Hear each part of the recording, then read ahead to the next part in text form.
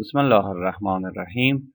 سلام دوستای عزیز، با بخش هفتم از آموزش های اکسل 2013 در خدمت شما هستم و امید است که از آموزش های قبلی که در دسترس شما قرار دادیم استفاده مفیده کرده باشین و ادامه آموزش خود از بخش نمبر فرمت در منوی هوم شروع میکنیم.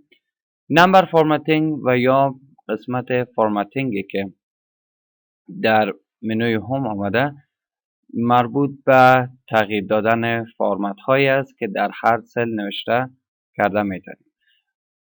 به شکل دیفالت یا پیشفرض تمام سل های ما دارای فرمت جنرال و یا عمومی هستند و نو اسپسیفیک فرمت برشان تعیین شده. اما شما میتونین که توسط ای آپشن فرمت های هر سل تغییر بدید. به طور مثال اگر شما در اینجا عدد نوشته کنین و این فرمت جنرال شما به فرمت نمبر تغییر بدین، قسمت اعشاریه شان به شما نشان داده میشه.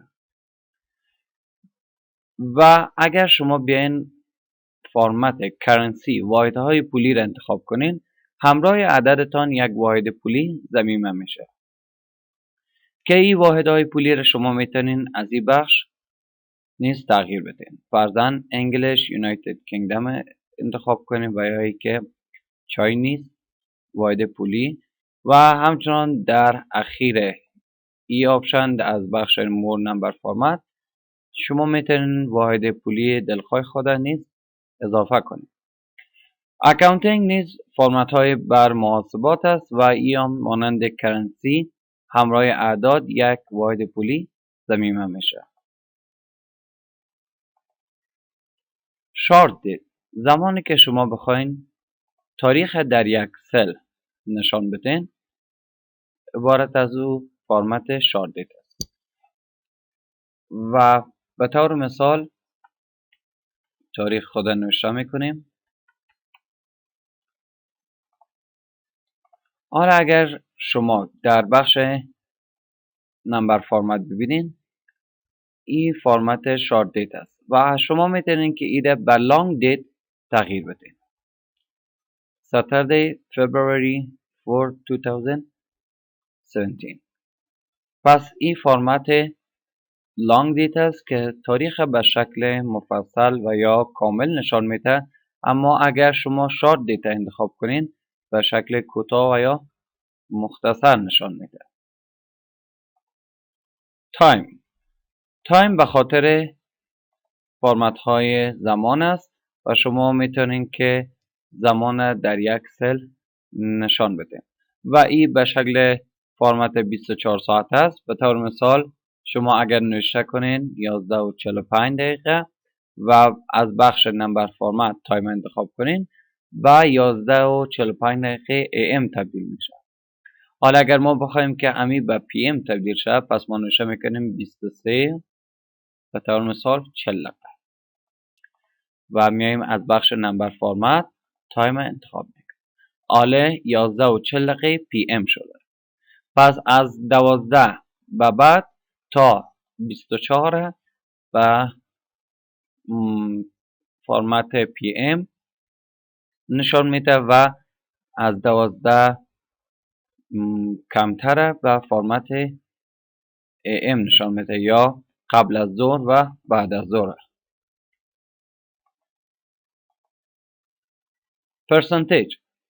پرسنتیج به خاطر ارائه کردن اعداد ما به شکل فیصدی است. به طور مثال ما عدد 150 را اگر به شکل پرسنتیج ارائه کنیم میشه 15,000% که دوباره اگر ما این عدد تقسیم 100 کنیم عدد 150 به دست میاد.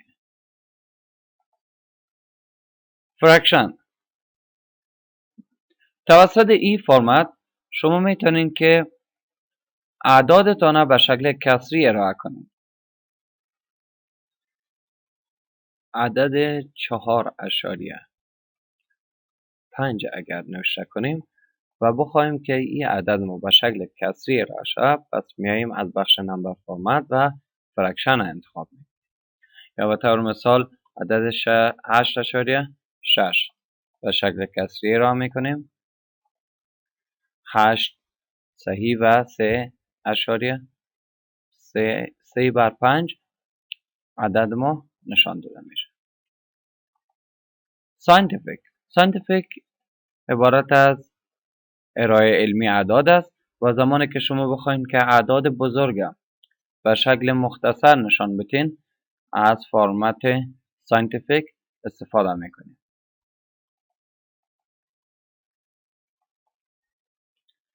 خب این به شکل اتومات فرمت ساینتیفیک اختیار کرده.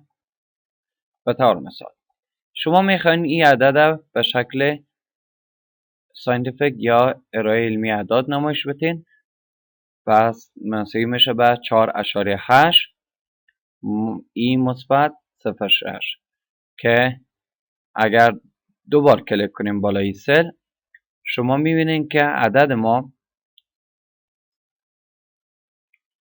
4,800,000 است.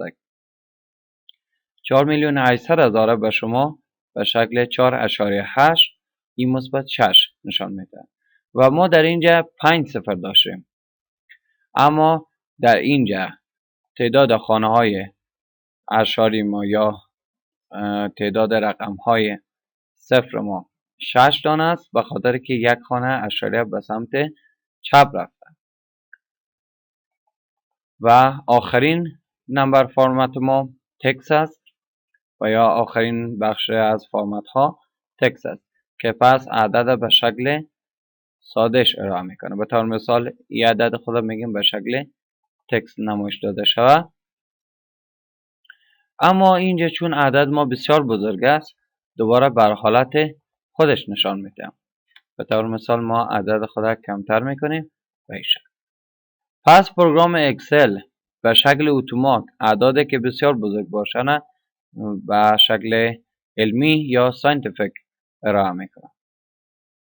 خب حالا میخوایم که فرمت دلخواه خود به یک عدد اضافه کنیم. به طور مثال اگر شما اکاونتینگ فرمت انتخاب کنین در اینجا دلار ساین میایه و شما اگر بخواید که ایره به شکل فرمت دلخواه به طور مثال افغانی نشان بدین، پس میایین از بخش مور نمبر فرمت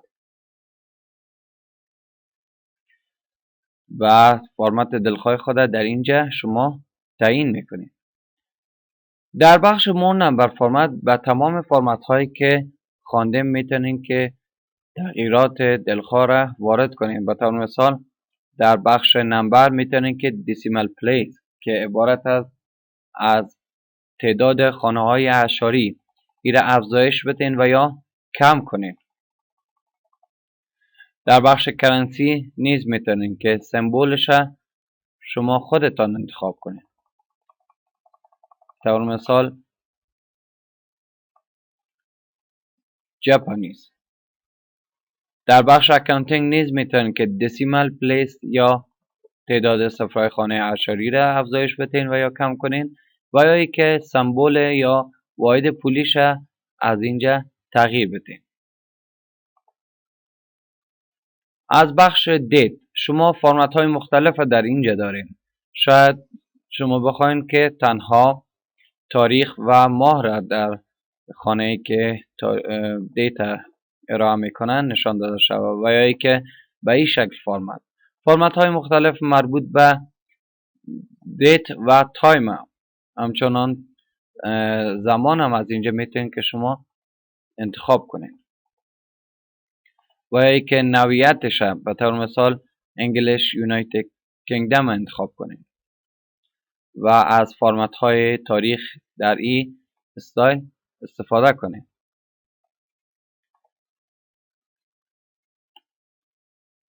یا ای که به طور مثال بگیم از نوعیت پرژن باشه و هجری. در بخش تایم نیز میتونین که فرمت ها را تغییر بدین شما و از بخش پرسنتیج دسیمال پلیس باز هم تعداد خانه های اعشاری است که شما میتونین که او را کم و یا زیاد کنیم. در بخش فرکشن نیز تغییرات به شکل دلخواه شما انجام داده میتونین. ساینتیفیک بخش ارائه علمی اعداد است که از اینجا نیز شما میتونین تعداد خانه‌های اعشاری رو تعیین کنین. و در بخش تکست نیز میتونیم که شما امو فرمت تکست از این آپشن انتخاب کنیم و اما اینجا تنظیمات بیشتر بر فرمت های جنرال و تکست نداریم. و همچنان فرمت اسپیشال است که نیز اینجا شما میتونید که لوکیشن از این بخش تغییر بدین. و آخرین بخش ما کاستوم است که در این بخش اصلا شما میتونید که انواع فرمت ها را به دلخواه خود تغییر بدین. به طور مثال شما میخواین که فرمت افغانی رو در اینجا اضافه کنین و اوکی. حالا شما ببینید که در اینجا فرمت افغانی اضافه شد. اگر ما عدد خود تغییر بدیم باز هم فرمت افغانی همراهش ضمیمه میشه.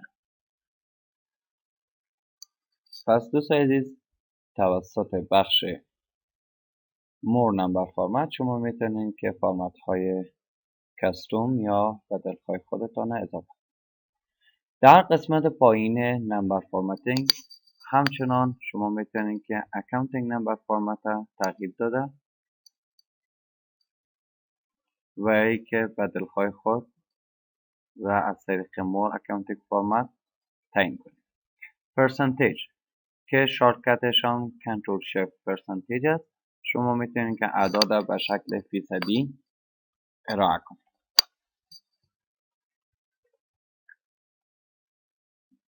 کام استایل زمانی که شما بخواید اعداد بزرگ به شکل ساده خوانده بتونید از بخش نمبر فرمت کام استایل میتونید که انتخاب کنید. در این ستون که ما مشکل داریم میایم در این ستون و عدد خود تایپ میکنیم و بعد از اون کام استایل شما میبینید که اعداد به شما طبقه بندی میکنه و شما بسیار ساده خوانده میتونید 5 میلیارد و 600 میلیون. increase decimal داریم و decrease decimal. increase decimal افزایش خانه‌های اعشاری و decrease decimal کاهش خانه‌های اعشاری است. به طور مثال شما میتونید که از اینجا خانه‌های صفر از بین. اما هدف اصلی از استفاده increase decimal و decrease decimal شما میتونید که عملیه رونداف توسط آپشن decrease decimal انجام بدیم. به طور مثال اگر ما عدد 100 تقسیم بر عدد 14 کنیم نتیجه تقسیم ما به این شکل یک عدد به دست میاد و شما اگر بگین increase decimal باز هم خانه های اعشاری که از نتیجه تقسیم 100 بر 14 به دست میاد و شما نشان داده میشه تا زمانی که نتیجه ما مساوی به 0 شود. و اما اگر شما دیکریز کنید عملیه رونداف اجرا میشد. در قانون رونداف اگر عدد مساوی به 5 بود و یا بیشتر از 5 بود با حذف کردن از او عدد ما قبلش یک عدد زیاد میشه و اگر از 5 کمتر بود هیچ تغییر نمیاد. پس زمانی که ما دیکریز استعمال کنیم عدد 4 کمتر از 5 است پس تغییر نمیاد و همچنان عدد 1 کمتر از 5 است و حالا اگر عدد 7 ما حذف کنیم عملی رونداف اجرا میشه و عدد 5 به 6 تبدیل میشه. و همچنان چون عدد 6 بزرگتر از 5 است عملی رونداف اجرا میشه. عدد 9 بزرگتر از 5 است باز هم عملی رونداف. عدد 3 کمتر از 5 است پس هیچ تغییر نمیآید. عدد 4 کمتر از 5 است تغییر نمیآید. عدد 1 تغییر نمیآید و عدد 7 عملی رونداف اجرا میشه و عدد 6 به دست میاد. باز هم عملی رونداف و از آخر 7.143 نتیجه تقسیم ماست که ما بعد سازیم. و زمانی که شما دوباره اینکریز دسیمل کنین، اما اعدادی که از نتیجه تقسیم 100 بر 14 به دست میاد باز هم بر شما نوشته میشه تا زمانی که نتیجه تقسیم دیگه 0 میشه و خانه های اعشاری را که هر چقدر شما افزایش بدین باز تنها عدد 0 نشان داده میشه. و این بود از موضوعات بخش فارمتینگ و یا نمبر فارمتینگ. در قسمت گوشه نمبر فارمتینگ باز هم شما میتونید که آپشن های عمومی و یا کاتگوری نمبر فارمتینگ مشاهده کنید و هر کدامش به دلخواه خود تغییر بدید.